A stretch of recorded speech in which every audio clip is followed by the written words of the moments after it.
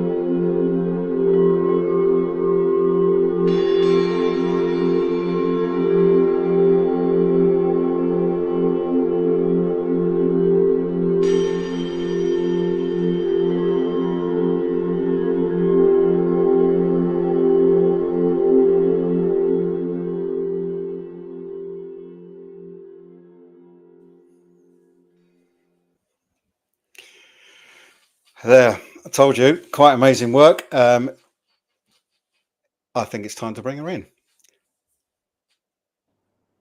Hello, Usha. Oh, hello, Gary.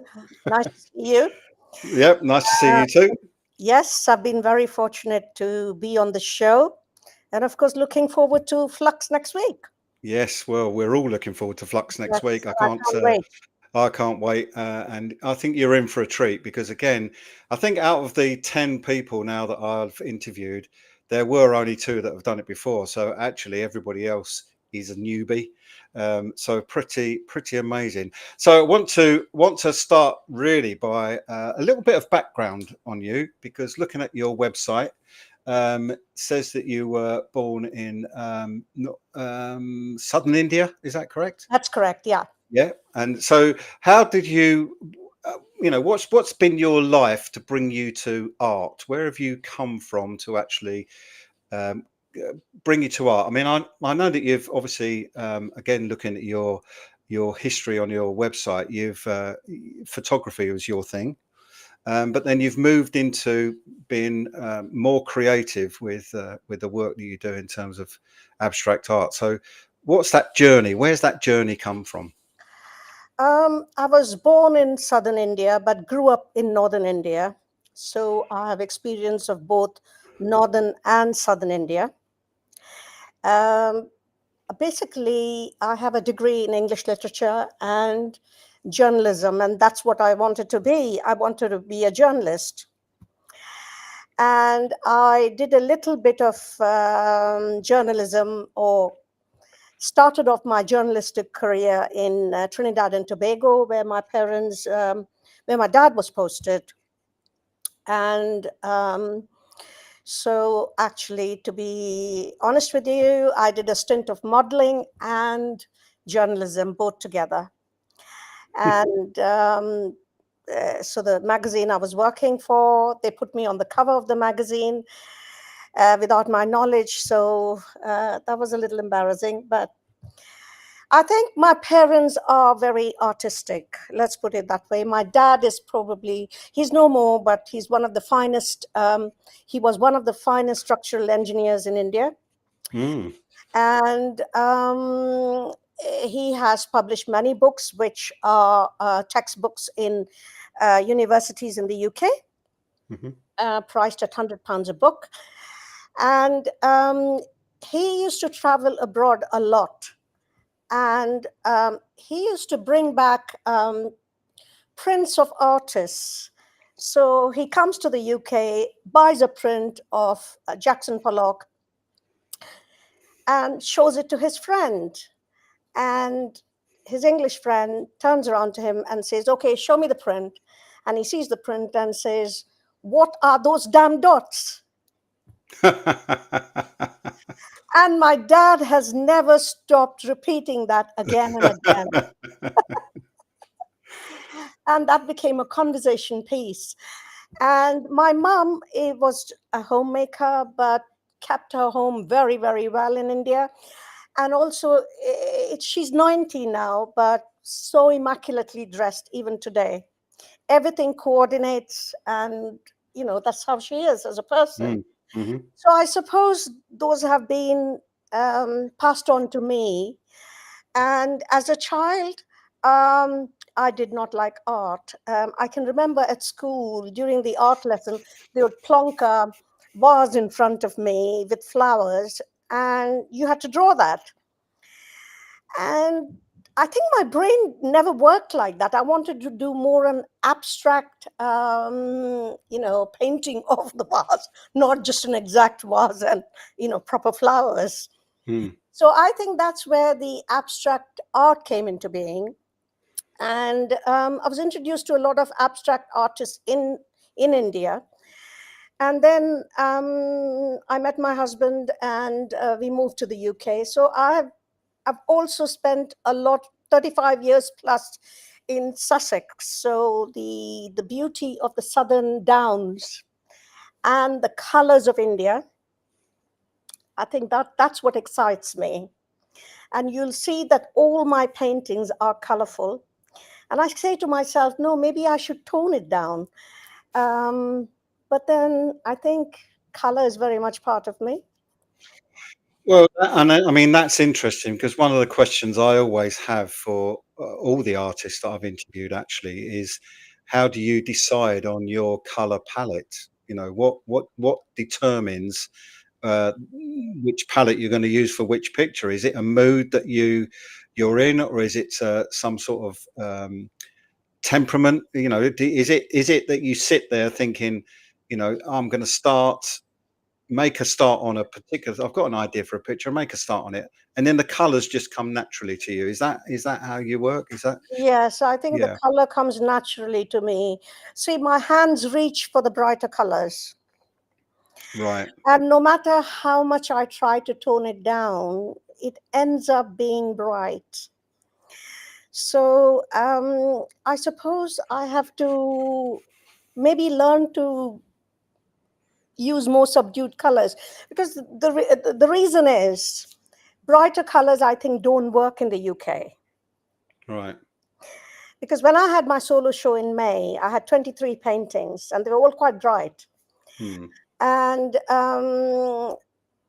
some of the people who came, who were English, didn't buy any at all because they thought it was too bright. So are these acrylics? Is that what you Yeah, use? Acrylic? acrylic. Yeah, Yeah. yeah, So do you not find that acrylic tends to be bright anyway? Is that? I mean, from my experience of yeah. acrylics, it seems that the acrylics are bright for sure. Um, I can sort of understand what you're saying too. Is that uh, although look, there's art for everyone out there. And I think sometimes it's just the people that come need to be the right people for your work, obviously. But I can understand what you mean too. I suppose it depends who the audience is as to whether they are too bright. Um, but what did that make you do? Did that make you tone them down, or did you think, no, these are my colours? Um, I mean, that was the intention for all the paintings that are going to go into the Flux exhibition. So they are slightly toned down, I would say, because Hmm. they're going to be catering for a different audience altogether. Um, but my theory is you can't keep changing your style No, no, to no. suit the audience. You Yeah, have to that's be right. who you are. Yeah, that's right. And well, I've had this with artists in the past who have been told, oh, you've lost your identity, or and I don't believe that's ever true. I think that sometimes you go in a different direction, but your style is still there. It doesn't necessarily mean that you might have changed and the subject might have changed, but your style always sort of pushes through, I think. And to that end, I've got some of your work that I'd like to have a chat about, and I've put three. Now I've put three of your paintings together, and primarily because they've got figures in them. So if we come up on the side here, Yeah, um, and they've got figures now. Uh, I'm obviously seeing these pretty much for the first time, and so therefore I want to know what is the story, because there's clearly a story, certainly evident that there is a story in each picture to me. And is that your intention? Is that what you're conveying, that there is a story in each image? yes, definitely. Well, the first one Hmm. is quite colorful. It was the last painting I did at my course at Heatherley, and we had to do a model first, which was a live drawing, Okay. and then we were also working on an artist.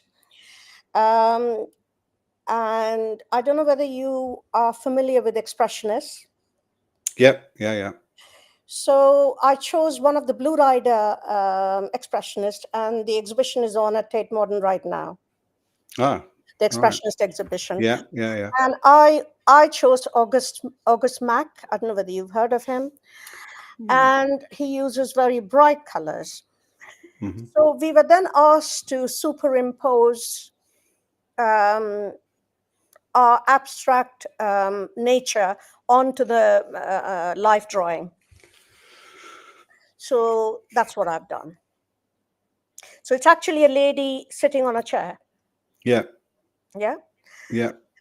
Um, See, so the problem with abstract painting is there comes a time when you say to yourself, is it done or not?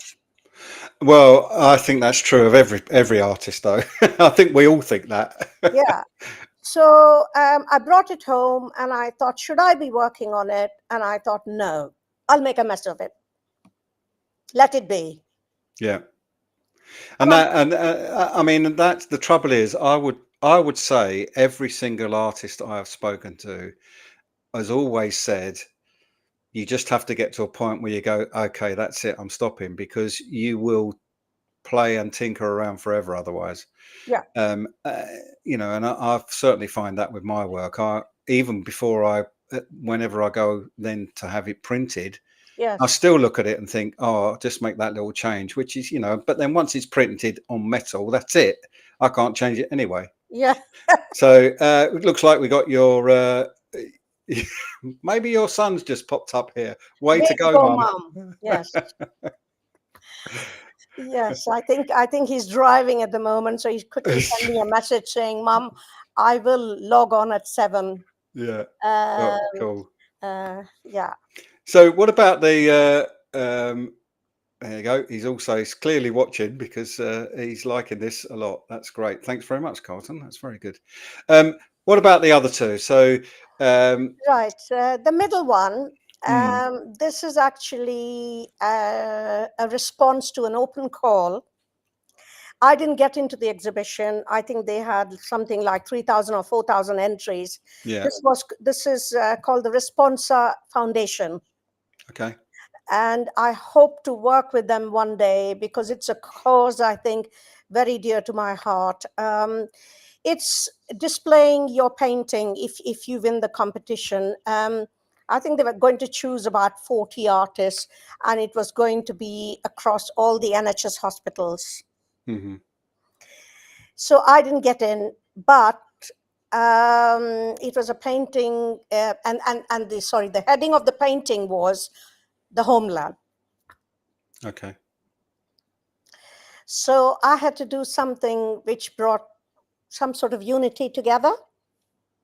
So this is Okay. I can see that. family getting together at a Yeah, I wedding. can see that. Yeah. So this comes back to my previous question, probably right at the start, and also with the next one as well.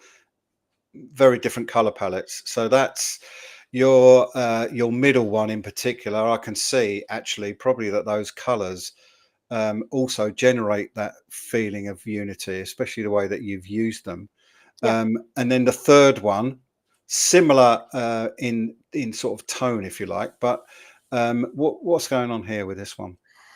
Well, I think I really don't know what to say about that, but I had finished 22 paintings.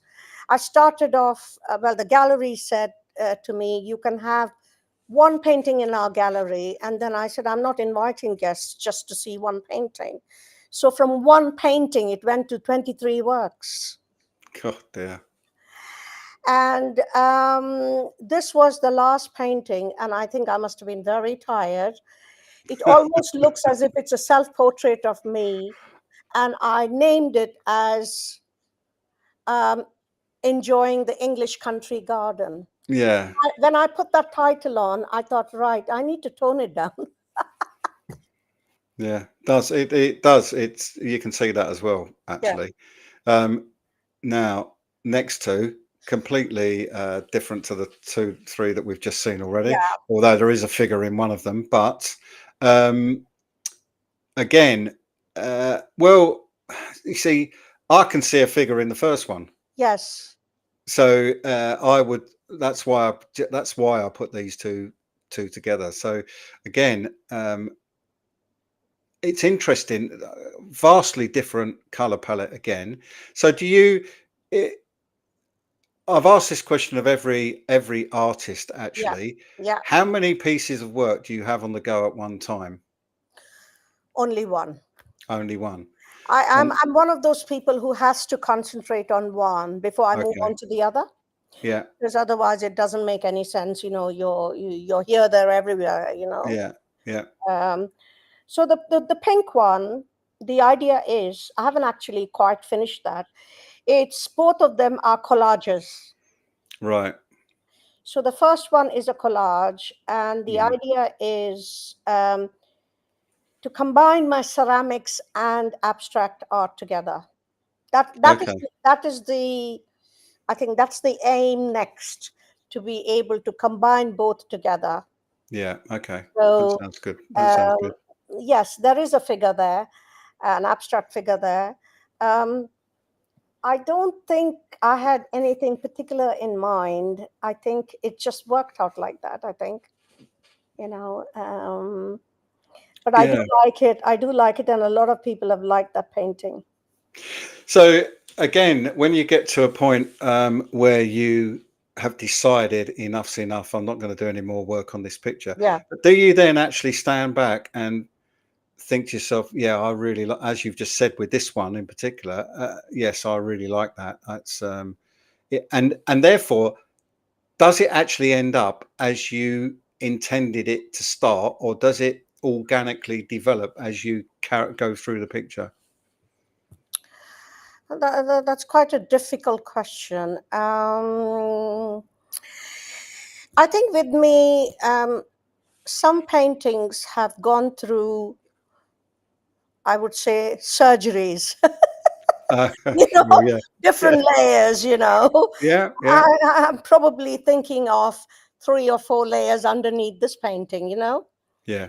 Until you get to a stage where you think, yeah, that looks okay, Mm. and then you work around it. And I find that abstract art actually quite difficult. Well, yeah. I mean, I can tell you now that I would find it seriously difficult because it's just not my thing at all. And I'm always impressed with how people manage to actually do it because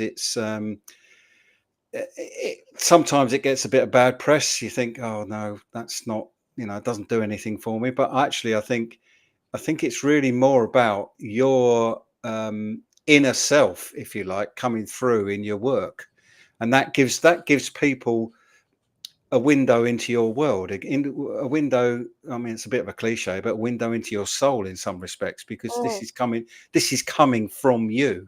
yeah. So yeah, I think it's quite I think I quite think I think it is your creation. yeah. But the thing is, it's your creation, and you can't expect everybody to like it. No. Oh well, no, and that's again, that is something from sort of artist points of view. In particular, you do have to have a bit of a thick skin, because you will get people that will not even stop and look at your work, and that generally makes me want to chase after them and bring them back and say, why did you not look? Because I think even if someone says, oh, I don't really like that, at least you've got a reaction. But when someone just walks past and doesn't even look at you or your work, I just think, why have you come to this exhibition? Yeah, it's quite interesting. But I certainly have developed a thick skin because of that. You have to sort of shrug and say, okay, well, as you haven't spoken to me, it's your loss. Um, Yeah, but yeah. I mean, that's right. I mean, I think you have to begin to say to yourself that you're not going to slash your prices just because somebody wants you to. oh no, yeah, you don't do that anyway. I'm a firm believer in that. I don't. It's different if someone's bought a lot of your work and they're a collector, and you can have a discussion about a bit of small amount of discount, perhaps. But at the end of the day, you have to remember that all those people that have bought your work have bought it not just because they like it, but because it's an investment, and therefore they like to see your value of your work going up. So if you start uh, slashing prices, I think that's just not the thing to do. Um, Again, I've brought two other pictures up Yeah. here. Again, very different. Um, and I'd say again, this is just me looking at it, but the one on the right, the yellow, black, and black one in particular, that looks like you've been using a different technique in that picture. Is that fair comment? I think I've used more of texture paste there. Yeah, yeah, I'm quite a versatile artist, so mm, I'll get bored if I had to do the same thing. yeah, yeah, If I yeah, have to do, there are lots of friends of mine who just do only landscapes and that's it. mm, I'll be bored out of my mind, really. So I try to vary my, format quite a bit. So the very first one, I can't quite remember. It could be I think Vietnam and Cambodia. There I was a year ago, Yeah, the first one. yeah, So I kind of do sketches when I'm on holiday, and of course, photography plays a very big role in my life. yeah, I absolutely. couldn't do without my camera, and I used to. I don't know whether told you this, but I used to lug this SLR everywhere, and Mm. finally the kid said, "Mom, the SLR is not coming out."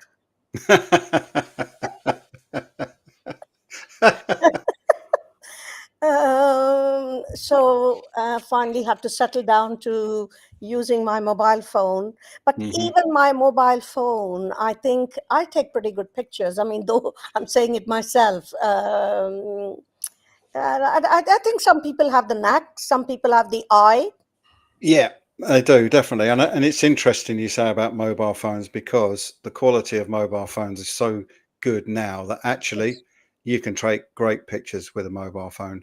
And in Yes. fact, even on the latest one I've got, it's actually shoots in RAW, which means you can put that straight into Adobe Camera Raw and play around with it to get the best from the image. So it's Mm, quite amazing how they've improved, and I can mm. understand why um, you don't need to drag an SLR around if you're particularly with you where you're taking reference pictures, Yeah. then that would make a huge difference. So out of these, we've already so discussing all of these paintings that you do, but then suddenly we got a bit of ceramics. So you've already alluded to trying to think along the lines of mixing the two together. I'm doing your abstract work That's right. within the ceramics. So where do you go to do this? I'm assuming that you don't sit at home with this, No, so no. you You couldn't presumably do. go I somewhere. couldn't do No, this. I mean, no. no, There's no way I no. can do this. So where do you go? I go to Heatherley School of Fine Art, and it's got the finest, sculpture department. And in fact, a lot of the pieces couldn't be displayed today to show you because they are in the exhibition. Right. And I couldn't go to the I couldn't go to the end of the year exhibition because I was speaking to you on the 16th. So, but it's on till I think till next week. So, I'll go and look at my pieces then. Hmm. But this is the latest one, the blue one. Right. That again was quite a unique piece to work on. And even my tutor said I was using techniques that she hadn't seen. So, but any one of these can take up to 5 or 6 hours to build, and then it has to go into the kiln and then come out, and then you have to glaze it, and it goes back into the kiln again. So again, looking at that one, the blue one, Yeah. again, it's you choosing your color palette. So uh, my question around that would be similar to the others. Does this depend on the kind of mood or temperament that you're actually in on the day you start working on it or put it together and choosing your colors? Because if you, it just seems to me that you work from within yourself. So, that's why I'm asking the question. Or do you already know what it's going to be uh, What as do you're you mean working on by it? within yourself? I don't Well, I think your work from my point of view, looking in on your work, it understand. comes from within you. Hmm. So that would therefore mean to me that you don't. I wouldn't say that unless I've got this wrong, that you don't necessarily know straight away what you're going to do because it's the how you feel when you're creating it and therefore it ends up as this because that's come out of your inner sort of feelings and thoughts. Well, I have come to the conclusion that I'm very good with colors, Yeah. and I don't plan anything. No, well, this is what I'm saying. Yeah, Yeah. that's why I'm So I asking. don't Yeah. plan anything, but nor am I looking at a color chart. No. If I throw some paint in, I think I will automatically know that something else will look good with it.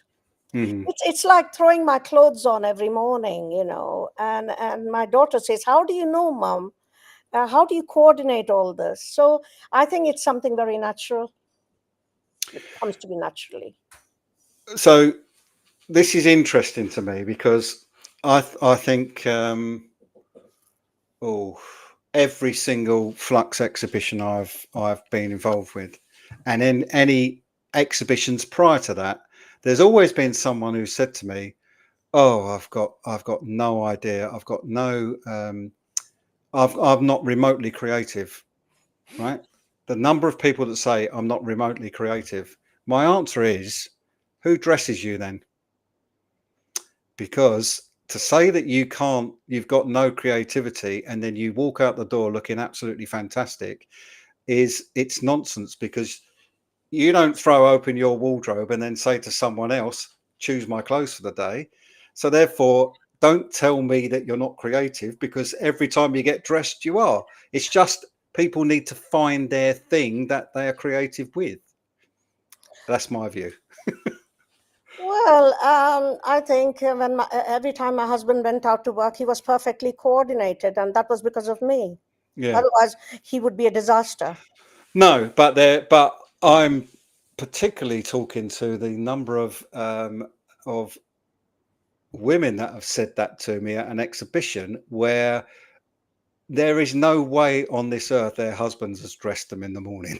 So they've said, "No, I'm not creative," and my answer's been, "Well, who chose your clothes?" And they said, "Well, I did," and therefore, don't tell me you're not creative then, because you've put everything together as and you look amazing. So it's I just think that people need to find their thing, and one of the things that I really sort of push is finding your thing before it's too late. So don't wait till you're my age. Actually, go out there when you're younger, and whether it's writing a book, painting, or music, whatever it is, be a little bit selfish about it. If you've got that in here that you want to do, go and do it. And I think it's interesting for me with the artists that I've interviewed so far. Pretty much everybody has taken that view, because until you do that, you don't satisfy your inner need. You don't satisfy that bit of you that says, God, I really need to do this, I really need to do that. And then, as you've done, you've thought, okay, how do I go about doing that? And again, reading the things. Let's bring your website up and show Mhm. people what they can actually see, and then they'll understand what I'm referring to. So here you can see this is where I keep looking to one side because I've got this on another screen. But basically, you've put in this section here, which is your statement, which says what appears on the canvas is an internal language that is highly charged and emotional. So that's why I'm referring to the fact that, Oh, yeah, right. look, Okay. this Okay. comes Yeah. from Yeah. you. Yeah. Yeah. This Yeah. comes from you. Yes. Yes. Um, and each painting, like memories, is filled with layer upon layer of paint, and the idea is to make every painting unique, bearing its own identity. I think that defines you, and that defines your art.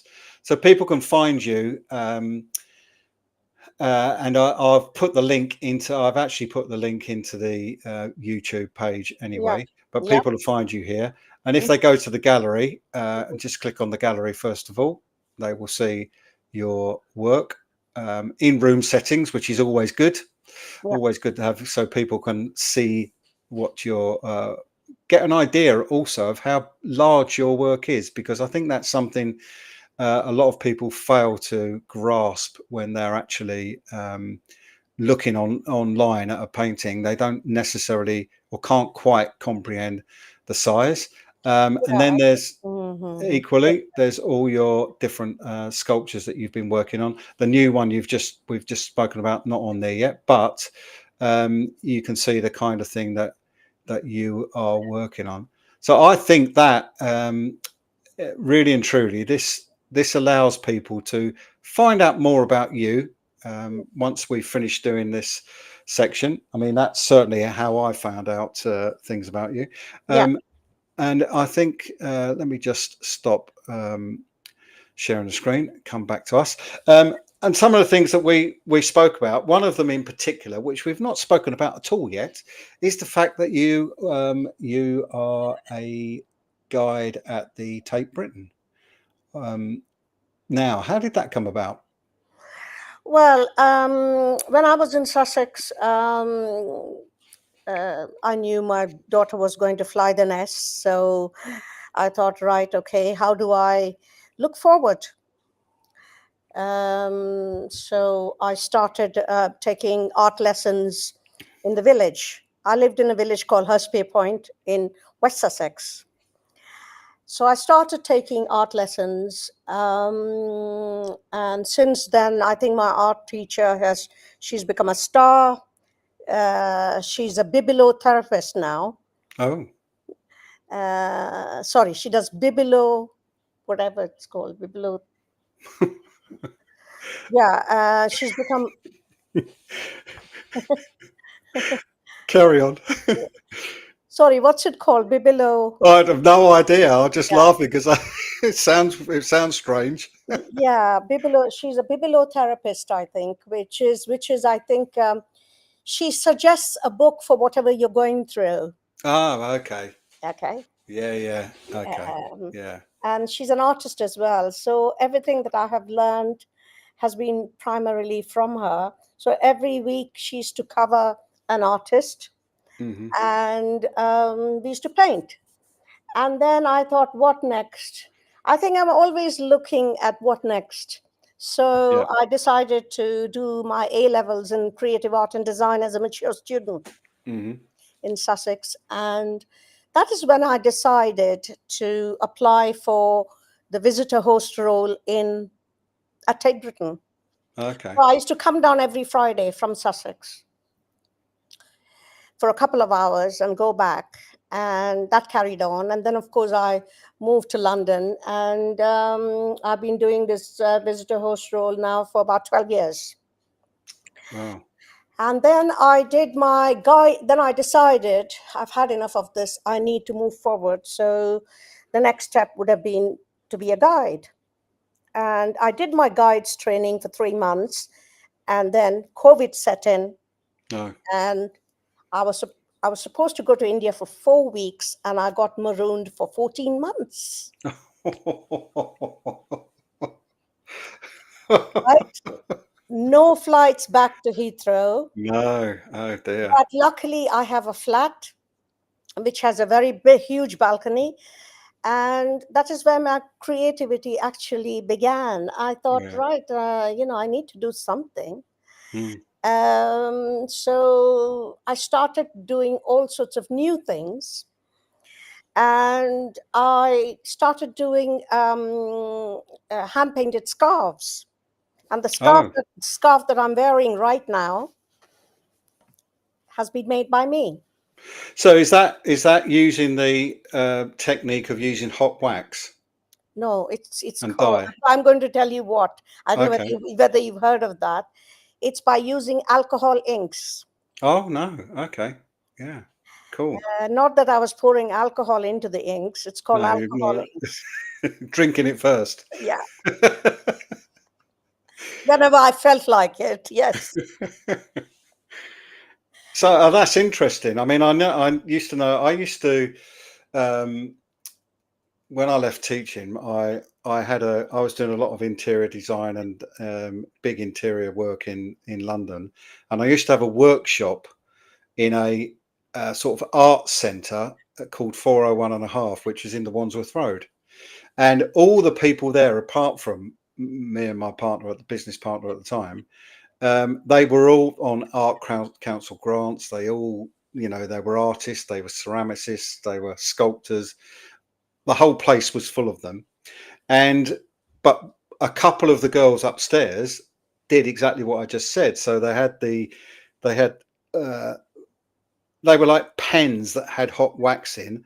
They would draw all these shapes on the textile and then drop the dye in the middle. Of course, the dye can't go past the wax. So Yeah. yeah, it's got a name, and to be It's not honest, batik, is it? Batik, no. yeah, it could be. Encaustic wax, no. Yeah, it could be. Yeah, batik. And but I'm talking a very long time ago.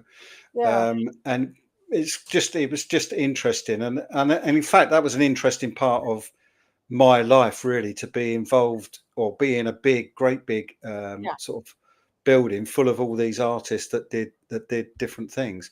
um but so you yeah so you COVID is a real big theme, actually, from every talk I've done, where people have gone, what am I going to do?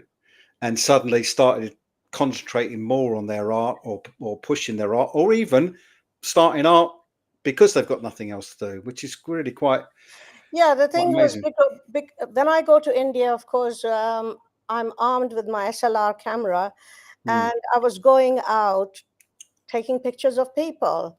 yeah. And then I thought, okay, I can then put my mind to using those photographs and painting. Mm, But I think India is a place where people are really scared of cameras. So they could jump at you and they think I'm a Western photographer and I'm going to publish these photos in okay. magazines. And you have to calm them down and say, no, no, no, that's not. That's not just true of India. That's true of a lot of the parts of the world, I actually. mean, in Morocco, for example, when I went, it was the same thing. Yeah. Um, Well, I I had was, it. yeah. Yeah, I had it in Grenada, and Mm. that was because somebody went there, took photographs from Time, that ended up on the cover of Time Life magazine. They got a Oh, lot of money no. for it, and these people didn't. And so, actually, you're not allowed to take photographs of people anymore in that part of the world, and that's fair comment, really. I think if you're, it's interesting. I take pictures of people. Um, but I'm very, very funny about street photography because you need that person's permission, in my view. And so Of it's course you it's do. Of course you yeah, do. I mean, I thought I could get away with it, but I think in India, money obviously helps because people yeah, are very poor. yeah. And anyway, I stopped taking, and of course, the police would come around and say, "What are you doing with your SLR camera? It's COVID time. Just go home, madam." So that was the end of my photography. Uh, Okay, so it wasn't just here then you weren't allowed out; it was everywhere. Yeah, Yeah, and then I did so many scarves that I didn't know what to do with them, and so I had a tie up with a boutique, and I left all the scarves with them, and I said, "Sell it if you can." yeah, And by the yeah, time I came back next time, everything was sold. yeah. So Good. that's where my entrepreneurial skills came in. Mm. And then I thought, right, okay, And that sort of leads on to something else, which I know we yes, we spoke about during the week, which is understanding that art is a business. You're selling a product, yeah, and that's the big thing. So when you are at Flux on Thursday, yeah, and I would say, look, we'll have a chat on Thursday, but I can tell you now we won't have time, yeah, because it'll be very busy. right, But concentrating on talking to people, you don't. It's not even that you necessarily need to talk to them about your work, but the minute you start talking to them, you guide them to your work, and then suddenly that's what you're talking about. And I think uh, everybody needs to understand that you're as much a part of your work to them as the piece that you've got on the wall, and so they need to understand a lot about you to then buy into your work, which they will do.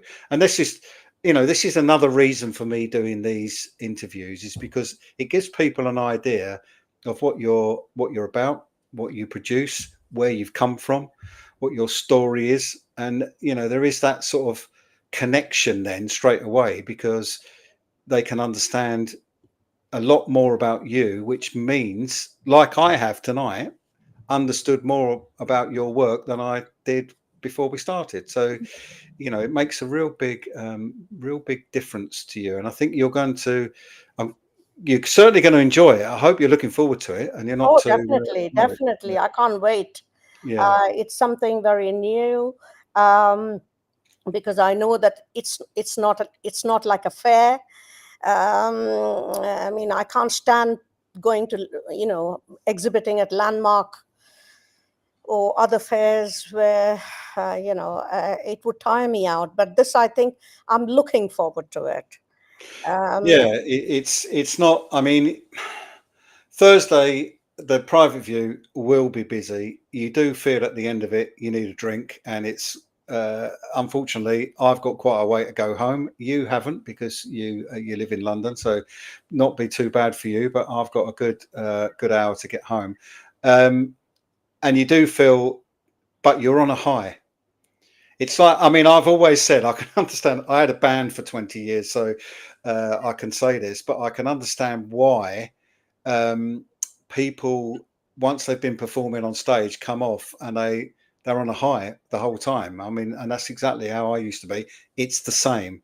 You come away from the private view and you're absolutely on a high because you know where else can you go where so many people want to talk to you about your work?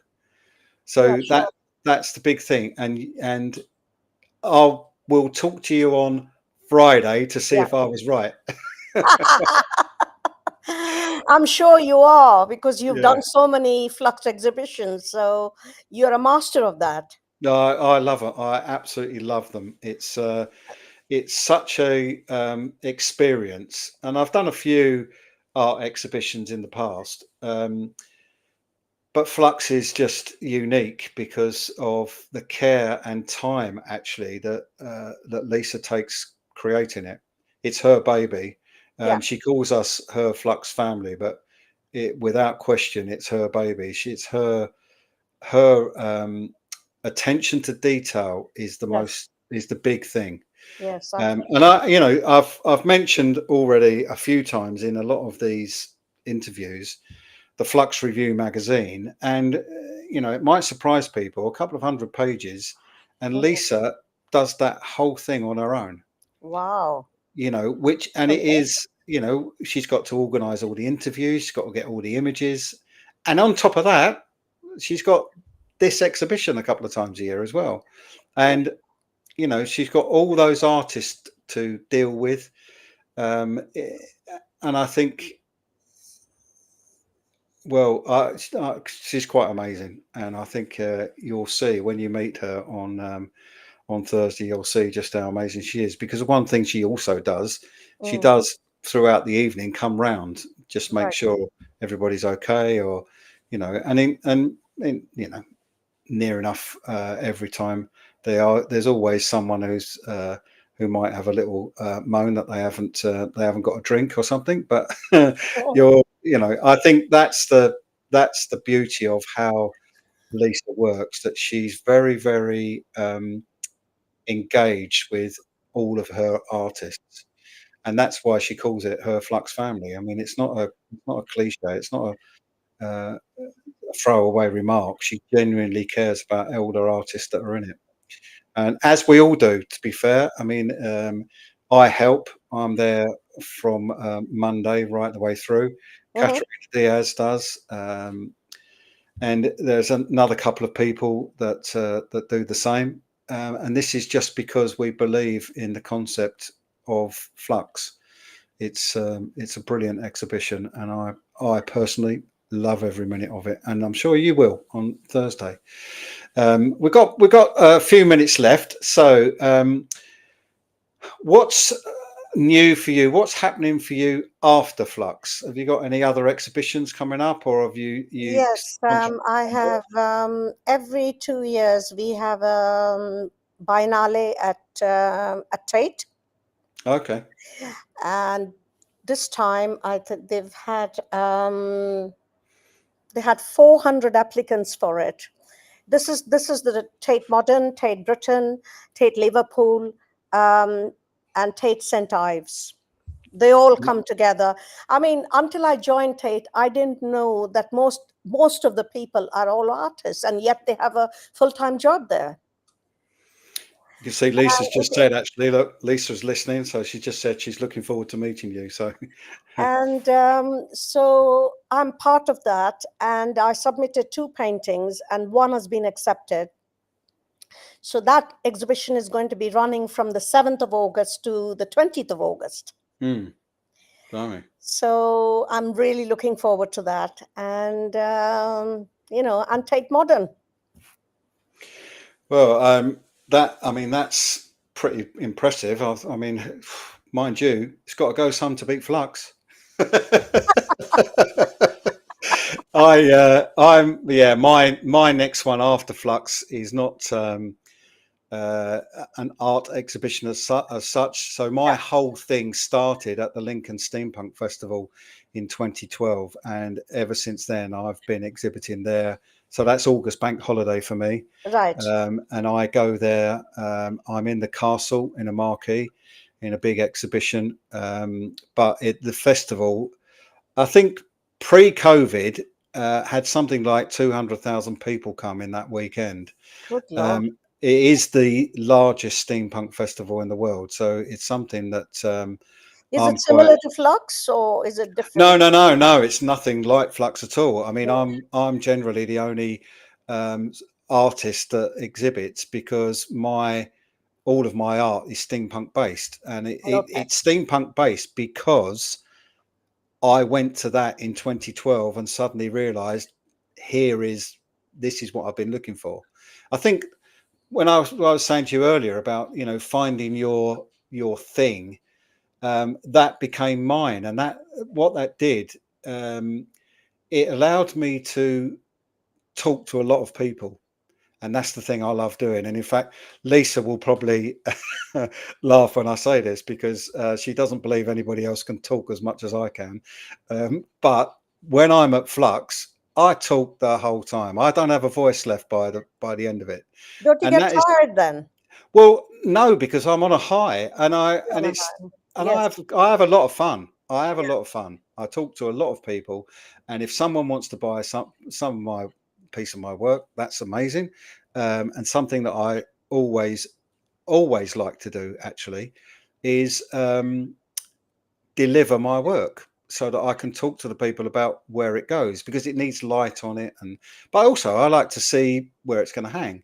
Of course. Um, but at the last Flux, a lady from Northern Ireland bought the picture, and she went, "There's no point in you coming over with the picture because it'll be on the wall by the time you get there." So, but she was amazing. That lady, I she was hope a I vet. hope you got a picture of that. Yeah, well, I have, and I've got a picture of it on our wall. But our whole house is full of art from and ranging, and the prices that she had paid for it was from next to nothing to a lot of money. Um, but she was a collector, and that was her thing. And fair play to her. She was an absolutely lovely, lovely woman. And then there was another couple of people who from the Netherlands who said, I said, "Oh, I will deliver." And they went, "What, to the Netherlands?" I went, "Yeah, that's fine. All I got, it's no problem. Just get a ferry and deliver it." I Exactly. like to see where my work's going to go. Of course. And I think that's again, it's just I almost feel like it's my job to do that. But this again is because I get drawn into a conversation, and I love it's talking's probably one of my things. I think The thing is, the conversation can't be pushy, if you know what I no, mean. no, no, no. I don't ever sell. I don't ever try and sell. And My conversation is all around. This is how I do it, and yeah, here's the story. I yeah, don't. I don't ever go. I don't ever try and sell anything. People will buy it if they like it. yeah. Of course. Yeah, it's different. I mean, Different if you're selling the cars, right but the right person will come along. yeah, and there's a piece of art for everybody. And funny enough, I've told this story a few times, but um, the very first picture I used to do the big Comic Con events with the people from the Steampunk Festival Mhm. Asylum, John and Karen. I used to do that. It was called the Ministry of Steampunk. It's called, and it's the Steampunk Emporium used to be at London Comic Con, still is, but I don't do it with them at the moment. But I had an exhibition in Bermondsey, a solo exhibition. Didn't go great because no one can get to Bermondsey. There's the problem. There's no tube line. There's nothing. If you No, don't there get a isn't. cab, you can't get there. So it wasn't great. I then took all of that work, took some of it to Comic Con, was invited by these people, and sold my first print for a lot of money. And I was driving up the M11, and I actually had to pull over onto the hard shoulder because I bawled my eyes out. And that's because I couldn't believe that finally somebody had bought something that I'd created, and it had set me on this path. I mean, I've sold a lot of work since, but the very first one I sold just made me cry my eyes out. I was so course. overcome with emotion.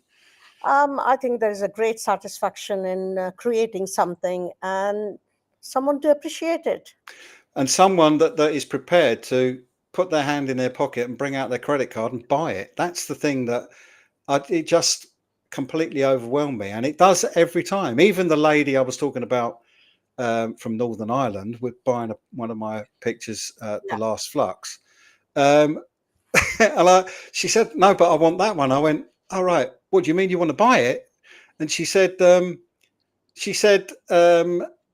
yes. And I went, whoa, give me a hug. I was like, but, and this is, Lee. So Lee pretty much watches every week. He's a great guy. And he's just said, I think people get more invested in something if there's a story behind it. And that's absolutely true. And if you've got a story, which is why I was asking you about your work, come on, what's the Yes, story? I think that is what I mean. My work is not completely abstract, it's figurative Yeah, expressionism. yeah, And I think I start off with the figure first and everything else revolves around it.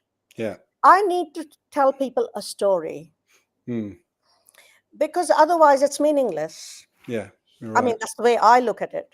Yeah, I agree. So the 23 paintings, of which I had a solo show, each painting had a story.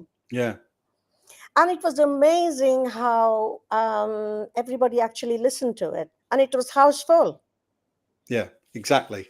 And that's true of, I have spoken to other artists in the past at other exhibitions, not Flux, but other exhibitions, and said, what's the story? What's your story? And they go, oh, well, I haven't really got one. And thinking, well, why would I, if there's nothing for me to talk about in your picture, why would I buy it? Because art is a conversation piece, especially when someone's paying a lot of money for a piece of art or photography, whatever it is they want to put above their mantelpiece. The first thing that people are going to do when they come in and talk about it is, well, okay, what's the story? They're looking up at the wall and saying, all right, tell me about this picture. And if that person can't tell them about the picture because they don't know themselves, then it's not going to be bought, is it? So that, I think, you're absolutely right. I think Lee's right with what he's saying there as well. And as a guide, as a Tate guide, I think I've also learned that because I'm telling Mm. everybody a story of the different paintings at Tate Britain. Mm. It is more difficult for me to tell my story about my painting, but I think I write it all down after I finish the painting so that I remember it. Yeah. And all the paintings that are going into the Flux exhibition, if I can give a hint, is all post COVID and how life sprang after Good. COVID. Good. Because I will at some point. I'm planning on doing a broadcast from. That's assuming I can get everything to work with YouTube. So I'm hoping I can. But if I can't, then I'll record it and post it later. But I'm hoping to come round and certainly speak to people that I've already interviewed. So I will come round and just have a couple of seconds with you and ask exactly the question you've just raised. Post COVID, and I will be now bringing up the camera and saying this is what we were talking about. So we are actually, unbelievably, that's our hour up. And I hope you enjoyed it because I know Oh, you were I loved it. nervous. I loved it, Gary. It's always Yeah, lovely chatting to you because you have yeah. so many stories to tell and you're so natural. Thank you. Thank you. Well, I'll And try to it, be, for it sure. puts people in a very relaxed mood, I Yeah, would say. good. And I've felt very happy. Yeah. Great. That's doing this. brilliant. Don't run away. I'm just going to say a few things and then sign off, but stay online. We'll have a chat afterwards. Sure. And for now, though, thank you very much, Thank you. Usha. And anybody that's coming next week, they will find you at Flux and come and have a chat. Thanks Sure. very much. See you in a second. So there you go. Interesting. I never know how these interviews are going to go. I always learn something, and that's, I think, absolutely true tonight. I learned a lot about Usha and a lot about her work. So once again, you can come and see everybody next week. Please do. It's Thursday, Friday, Saturday, and Sunday next week. And we would certainly love to see you. I will be there every day, and so will a lot of the other artists, because most of the people that I've actually spoken to in these interviews have said, yep, we're going to be there as much as we can. Now, you might think these interviews will stop now that Flux is on next week, but they won't, because I've got artists booked in right in until October, and probably it's going to be beyond, because once people see me next week at Flux there, I'm sure they will get a few people that are going to be coming up to me and saying, please, can I come on the show? So yep, I've got I think one of the next ones is a glass artist. Haven't had one of those yet. And Katrina Shearlaw, she's pretty amazing. And there are a few glass artists at Flux. Helen Dine in particular, work is amazing. So again, it's not just paintings or photography, it's amazing sculpture, and it's things like glass art as well. So please come along, and thanks for watching, and I will try and get this live broadcast on the go next week. Thanks very much.